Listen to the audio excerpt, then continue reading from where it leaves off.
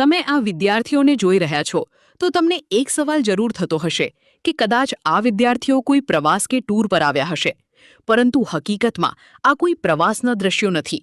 આ વિદ્યાર્થીઓ રાજકોટની આત્મીય યુનિવર્સિટીના છે, જે અમરેલી જિલ્લાના લીલિયા પંથકમાં સિંહ સંબંધિત ઘટનાઓ પર સંશોધન રિસર્ચ કરવા માટે પહોંચ્યા છે। સંશોધનનો મુખ્ય હેતુ એ છે કે સિંહ અને માણસ વચ્ચેના સંબંધોને વધુ સારી રીતે સમજવા। સિંહ શા માટે માનવ વસાહતો તરફ આવે છે? સિંહના હુમલાઓ પાછળના કારણો શું હોઈ શકે? ગ્રામજનો અને સ્થાનિક લોકો સિંહ વિશે શું માને છે? તેમજ રેવન્યુ વિસ્તારમાં સિંહોના આવાગમનને કેવી રીતે ઘટાડી શકાય અને સિંહ તથા માણસ વચ્ચે સુમેળભર્યું સહઅસ્તિત્વ કેવી રીતે જાળવી શકાય તેવા મહત્વના મુદ્દાઓ પર અભ્યાસ કરવામાં આવ્યો। આ માટે વિદ્યાર્થીઓએ લીલિયા વિસ્તારના વિવિધ ગામોમાં જઈને નાગરિકો, વડીલો અને ગ્રામજનો સાથે રૂબરૂ મુલાકાત કરી, તેમના અનુભવો અને અભિપ્રાયો જાણ્યા અને સિંહ અંગે વિસ્તૃત માહિતી એકત્રિત કરી। ચાલો હવે જોઈએ આ વિદ્યાર્થીઓએ પોતાના અભ્યાસ દરમિયાન સિંહ વિશે શું જણાવ્યું અને તેમણે કયા મહત્વના તારણો રજૂ કર્યા। મારું નામ યશવી બાવારી છે। હું રાજકોટ આત્મીય યુનિવર્સિટીમાંથી આવેલી છું। અમે લોકો અહીંયા અમરેલી જિલ્લાના ગામડાઓમાં બધે સર્વે કરવા આવ્યા હતા કે સિંહ અત્યારના પ્રમાણે શું કામ વધારે હુમલો કરે છે અને શું કામ બધાને અત્યારે તકલીફો પડે છે। જેમ કે પહેલા જોવા મળતું સુખ શાંતિથી બધું જીવતા, અત્યારે નથી જોવા મળતું। જેમ કે ઢોર છે, ગાયો છે, બધા ઉપર હુમલો થયેલો, માણસ પર પણ હુમલો થયેલો। તેથી અમે લોકો આજે સર્વે કર્યો, અમને બહુ બધું જાણવા મળ્યું અને સરકારને અપીલ પણ કેટલાય કરેલી છે। અમને ખૂબ સારો એક્સપિરિયન્સ મળ્યો। મારું નામ છે સુજાન જુણેજા। હું આત્મીય યુનિવર્સિટી રાજકોટથી આવેલી છું।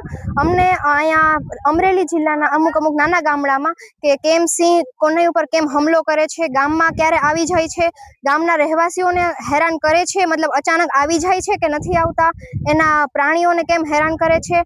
અને અમે શહેરથી આવ્યા છીએ રાજકોટથી, તો અમને એટલી બધી સિંહ વિશે માહિતી નહોતી, પણ અહીંયા આવીને અમને ઘણું જાણવા મળ્યું અને અહીંના રહેવાસીઓ સાથે અમે વાત કરી છે ઘણા બધા નાના ગામડામાં જઈને, અને અમને ઘણું નવું જાણવા મળ્યું છે અને સારું લાગ્યું અહીંયા આવીને।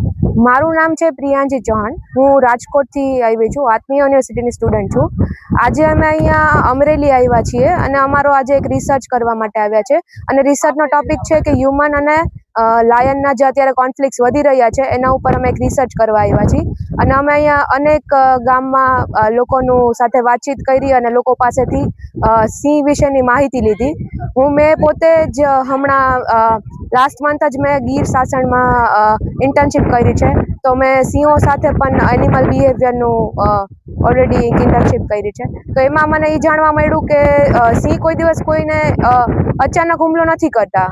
અત્યારે માણસો અત્યારે ટ્રેન્ડિંગ ચાલે છે કે રીલ્સ બનાવવા માટે કે ફોટા લેવા માટે સિંહના નજીક જાય છે, તો એ રીઝનના લીધે, અને અત્યારે ચોમાસાની સિઝન ચાલે છે, તો લાયન્સ અત્યારે વધારે અગ્રેસિવ મોડમાં હોય, તો ત્યારે જ્યારે હ્યુમન્સ એના નજીક જાય છે તો એ અગ્રેસિવ થઈ જાય છે અને હ્યુમન્સ ઉપર અટેક કરે છે। કોઈક તો કારણ હોય જ છે કે અચાનક સિંહ નથી કરતા, એ એક સોશિયલ એનિમલ છે, તો આપણે પણ ધ્યાન રાખવું જોઈએ કે પ્રાણીને એની પ્રાઇવસી મળે અને એ લોકોના પણ જંગલ વિસ્તારમાં આપણે એને ફ્રીડમ હોવી જોઈએ। મારું નામ જીયા ખલિયાની છે। અમે આત્મીય યુનિવર્સિટીમાંથી અમરેલી જિલ્લામાં વિઝિટ કરવા આવ્યા હતા અને ગામના લોકોને સિંહ વિશે બધા પ્રશ્નો પૂછ્યા અને ગામના લોકોનું સારું એવું રિસ્પોન્સ હતું અને એ લોકોએ અમને સપોર્ટ કર્યો। બધા અમે જે પ્રશ્નો પૂછ્યા એના વ્યવસ્થિત રીતે જવાબ દીધા અને જે સાચા જવાબ હતા એ જ દીધા।